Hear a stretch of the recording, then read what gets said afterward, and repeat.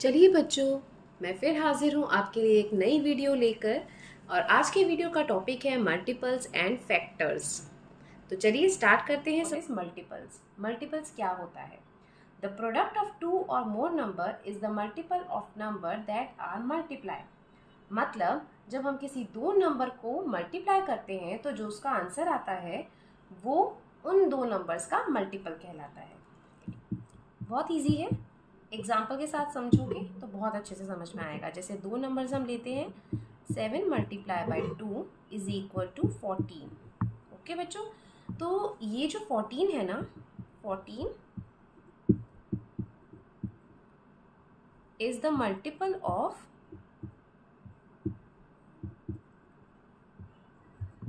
7 and 2। Okay, इसी तरीके से अगर हम एक और नंबर चलो लेते हैं, जैसे 3 4 12, तो 12 क्या होगा? 12 मल्टीपल होगा 3 एंड 4 का। 12 मल्टीपल ऑफ 3 एंड 4। ओके, देखा, इजी था ना, कुछ भी डिफिकल्ट नहीं है इसमें, बस समझने की देर है। अगर आपको ना समझ में आए ना बच्चों, तो एक बार प्लीज़ दोबारा से रिवाइंड करके वीडियो को देखना, आपको पक्का समझ में आ जाएगा। उसके बाद हम चलते हैं, चलिए, इवन और ऑड नंबर्स पे। अगर आपको पता हो इवन एंड ऑड नंबर्स क्या होते हैं, the number that are multiples of 2 are called even numbers. तो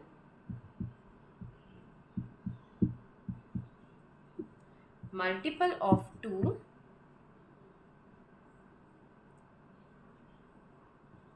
multiples of 2 are called even number. Okay, बस 2 के मल्टीपल नहीं होते हैं, वो ऑड नंबर्स कहलाते हैं।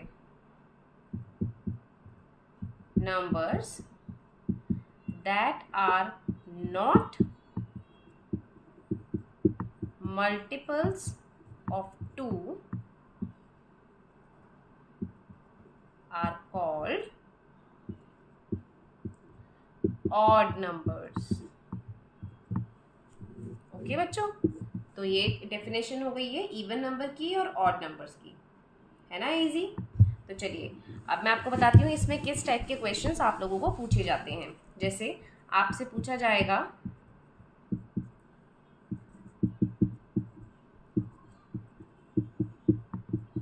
हाउ टू फाइंड मल्टीपल्स, ठीक है, of a given number.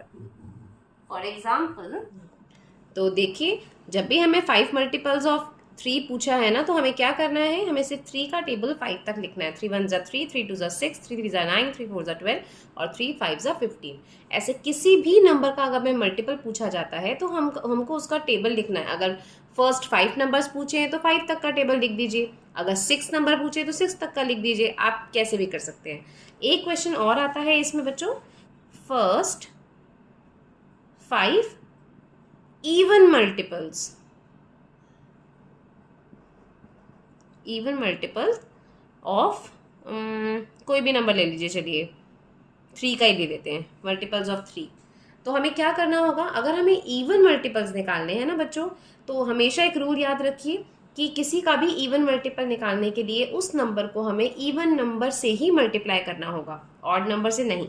जैसे कि 3 1 से नहीं करेंगे हम, 1 इज अ ऑड नंबर ना, 2। ऐसे ही 3 3 से नहीं करेंगे हम, 3 4, क्योंकि इवन मल्टीपल्स चाहिए हमको, तो इवन नंबर से ही मल्टीप्लाई करेंगे। ओके बच्चों, 3 6, 3 8 एंड 3 10 30। तो ये आ गए फर्स्ट 5 इवन मल्टीपल्स, ठीक है। तो इजी है। देखो, जब भी हम किसी नंबर को इवन नंबर से मल्टीप्लाई करेंगे ना, तो 100% जो उसका आंसर होगा, मतलब जो उसके मल्टीपल्स होंगे, वो इवन ही आएंगे। लेकिन ऑड नंबर के केसेस में ना ये नहीं होता। ऑड ज़रूरी नहीं है कि अगर हम ऑड नंबर से मल्टीप्लाई करेंगे तो उसका आंसर ऑड आएगा, उसका आंसर ऑड भी आ सकता है, उसका आंसर इवन भी आ सकता है। तो इसलिए उसमें कंफ्यूज मत हो जाना। ओके बच्चों, तो चलिए क्वेश्चन और है यहाँ पे। जैसे इस तरह का क्वेश्चन पूछा जाता है, find the first 5 odd multiples of 9। तो उस केस में हम क्या करेंगे, जैसे इवन मल्टीपल्स पूछा था तो हमने क्या किया था कि उस नंबर को इवन मल्टीपल से ही मल्टीप्लाई किया था, इवन नंबर से ही। तो अगर हमसे पूछा है कि ऑड मल्टीपल्स, तो हम क्या करेंगे, 9 को ऑड नंबर से ही मल्टीप्लाई करेंगे, जैसे 1, 3, 5, 7 एंड 9। चलिए बच्चों नेक्स्ट टॉपिक पे चलते हैं, वो है फैक्टर्स।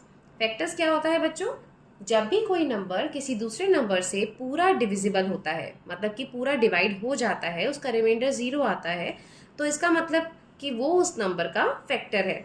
फॉर एग्जाम्पल यहाँ पे हम जैसे एक क्वेश्चन लेते हैं 3 और 96। तो चलिए इसको डिवाइड करते हैं। 3 3 ज़ा 9, 3 2 ज़ा 6 और ये रिमाइंडर आ गया 0। तो ओके, तो इसका मतलब क्या है कि 3 इज अ फैक्टर ऑफ 96। ठीक है ना बच्चों। और कभी भी अगर किसी नंबर का फैक्टर दे रखा है और आपसे पूछा है, तो आपको पता होना चाहिए कि कोई भी नंबर कंप्लीटली डिविजिबल हो जाता है अपने फैक्टर से। अब इसमें किस टाइप के क्वेश्चंस आते हैं वो मैं आपको समझा देती हूँ। चलिए, क्वेश्चन जैसे ऐसे भी आ सकता है, is 2 is a factor of 32। अगर ऐसे पूछते हैं तो आपको क्या करना पड़ेगा, आपको 32 को 2 से डिवाइड करके देखना होगा। 2 1 ज़ा 2, 2 6 ज़ा 12। यस, इसका रिमाइंडर 0 आ रहा है। इसका मतलब क्या है कि हम आंसर क्या लिखेंगे बच्चों, yes 2 is a factor of 32। देखिए हो गया ना, ऐसे क्वेश्चंस भी आते हैं। और कैसे क्वेश्चंस आते हैं वो भी देखते हैं हम।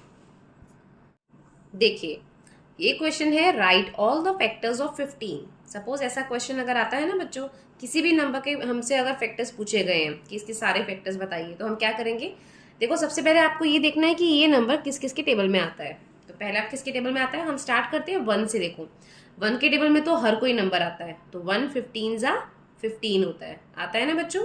तो ये 2 नंबर हो गए। 2 के टेबल में आता है, नहीं। 3 के टेबल में आता है, यस 3 5 ज़ा 15। उसके बाद किसके टेबल में आता है बच्चों, ये 3 5 ज़ा 15। 5 के टेबल में भी आता है, 4 के टेबल में नहीं आता है, तो 5 3 ज़ा 15। अब 6 के 7 के 8 के किसी के टेबल में नहीं आता, अब वो सिर्फ अपने ही टेबल में आता है, 15 1 ज़ा 15। तो जो ये वाले नंबर्स है ना बच्चों, ये सारे इसके फैक्टर्स होंगे। तो हम मतलब 1 3 5 एंड 15 को अगर हम 15 से डिवाइड करते हैं ना बच्चों, तो ये पूरी तरीके से डिवाइड हो जाएगा और इसका रिमाइंडर 0 आएगा।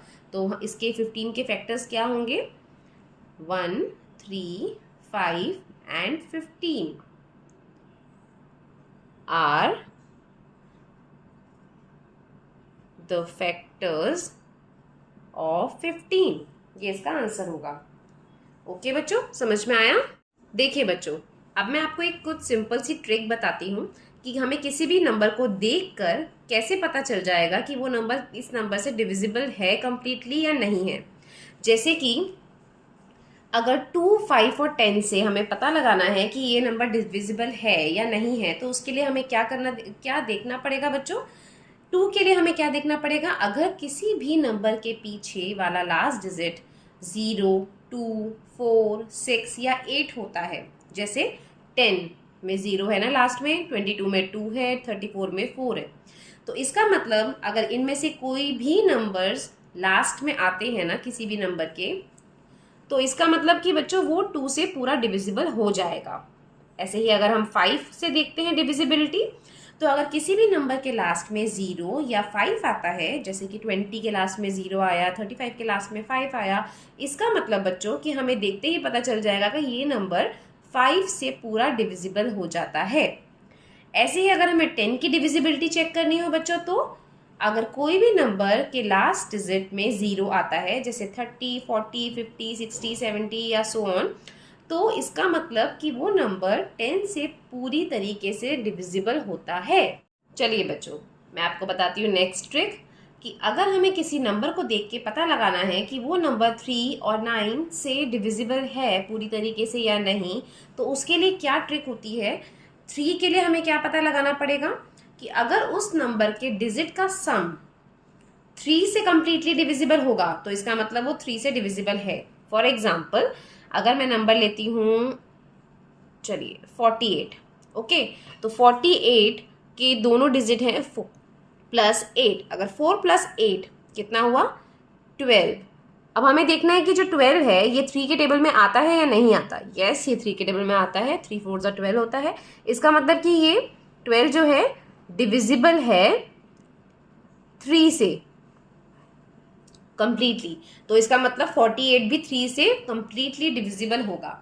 ऐसे ही हम 9 का भी एग्जांपल ले सकते हैं, जैसे ले लेते हैं 63, ओके, तो ये हो जाएगा 6 प्लस 3 कितना हुआ 9। अब 9 से डिविजिबल होगा ना, 9 1 जा 9, तो ऑटोमेटिकली 63 भी 9 से पूरा डिविजिबल हो जाएगा।